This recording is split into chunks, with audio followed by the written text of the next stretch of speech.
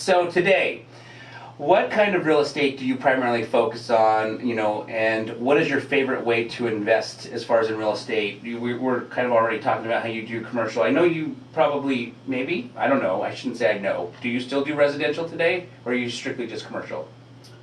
I don't buy single family houses Okay. unless they're really, really awesome deals, or they're in a really, really good spot. Gotcha. That you can Like subdivide and... Yeah, or I've got a property on a really busy street that's surrounded by 6.5 acres that UDOT owns. Oh. Or excuse me, UTA. Yeah. So, that's a good example that probably is going to be easy to throw in the mix of a giant development. Yeah. Right at a track stop. Yeah. But I wouldn't buy like a regular house in a neighborhood like I used to. I haven't owned a single family home other than that one in my primary residence for about 3 years now. Gotcha.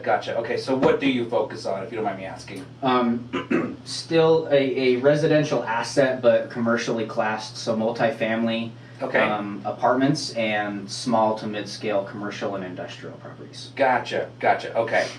Excellent. We're going to take a commercial break. When we come back, we've got the nightmare story, and then after the nightmare story, we're going to dissect some of these, well, not dissect, we're going to go into, these commercial properties, kind of how you started growing your portfolio, how you started, because they're more expensive than single-family homes, so this is, very interesting that you're doing these types of deals so big. One of the things that I heard you once say that I absolutely loved, and it's like something you kind of know, but then you hear someone say it and you're like, oh, I love that. That was brilliant how it was said, is you buy income. Like, I've heard you say that multiple times. And it's just like, you don't buy real estate necessarily. Yeah, you buy real estate that gives you income, right? And cash flow's king, man. Cash flow's king, and that's why you're hunting half the year. It provides options. Yeah. Excellent. All right, so we're going to take a quick commercial break. When we come back, you're definitely going to want to stay tuned. Tyler's got an interesting nightmare story that entails alcohol, accidents, drunk drivers, all of that good stuff. So stay tuned. We'll be right back.